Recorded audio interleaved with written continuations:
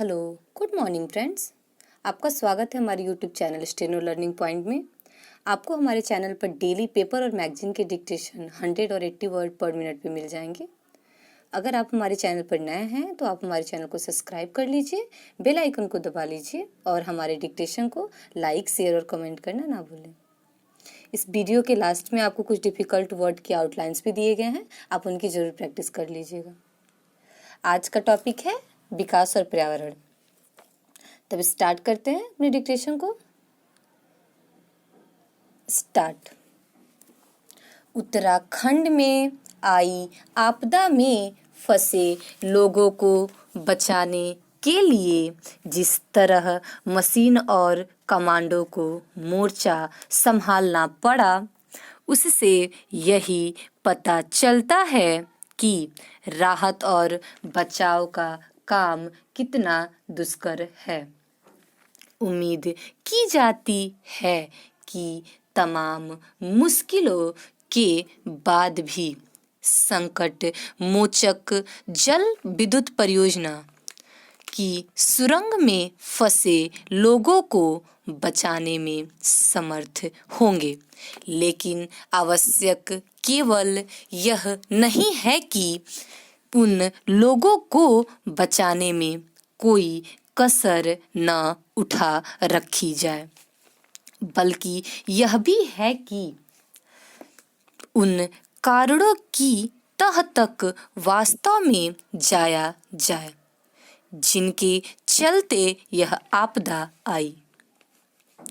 यह आपदा यही इंगित करती है कि 2013 में केदारनाथ की उस भीषण त्रासदी से जरूरी सबक नहीं लिए गए, जिसमें सैकड़ों लोग मारे गए थे।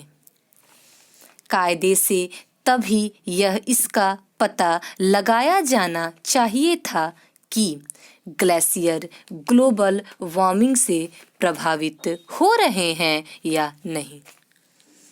यह ठीक नहीं कि ग्लेशियरों की प्रकृति का अध्ययन करने के लिए जो पहल हुई थी वह आगे नहीं बढ़ सकी। कम से कम अब तो इस पहल को आगे बढ़ाया ही जाना चाहिए ताकि ग्लेशियरों की गतिविधियों का सटीक आकलन किया जा सके। इसके साथ ही इसका भी आकलन किया जाना चाहिए कि उत्तराखंड में चल रही विभिन्न जल विद्युत परियोजनाएं चमोली सरीखी अनहोनी का सामना करने में कितनी समर्थ है।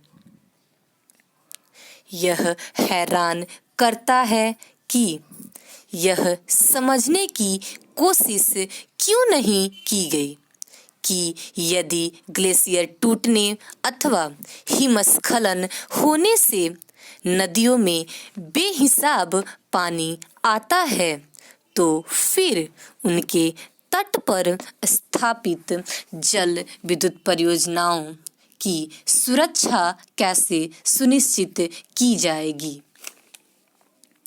इसकी अनदेखी नहीं की जानी चाहिए कि इस बार एक साथ 2 जल विद्युत परियोजनाएं आपदा के चपेट में आ गई।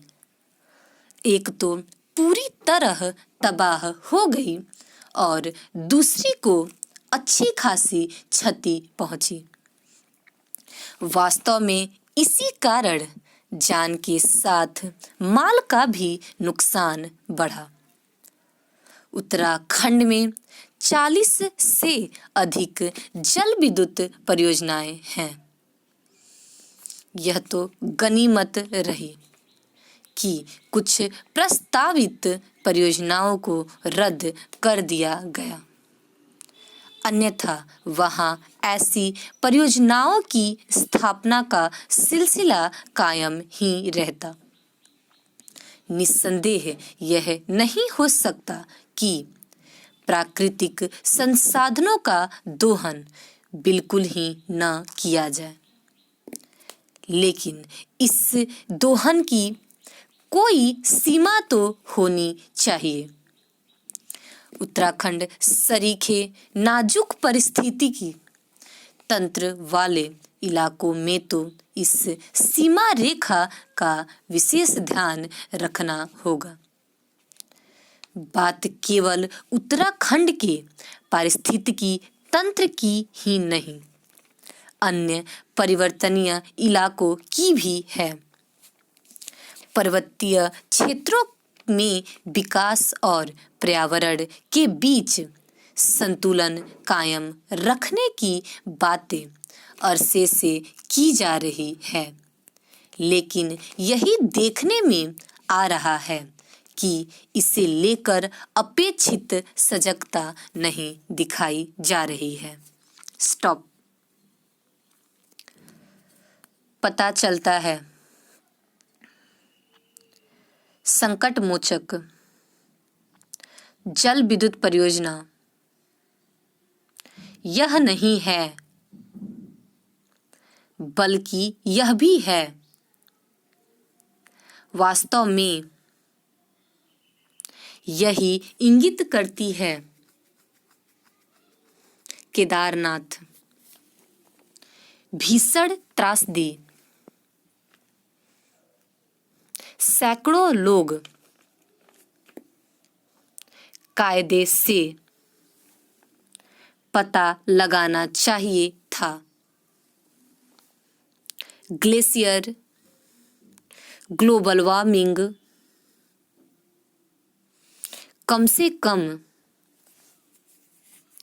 आगे बढ़ाया ही जाना चाहिए। आकलन किया जा सके। इसके साथ ही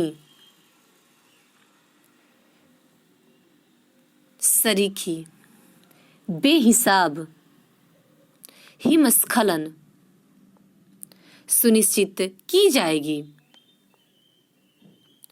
इसकी अनदेखी नहीं की जानी चाहिए। चपेट में अच्छी खासी प्राकृतिक संसाधनों, पारिस्थितिकी तंत्र, सीमा रेखा, पर्वतीय क्षेत्रों। स्टॉप।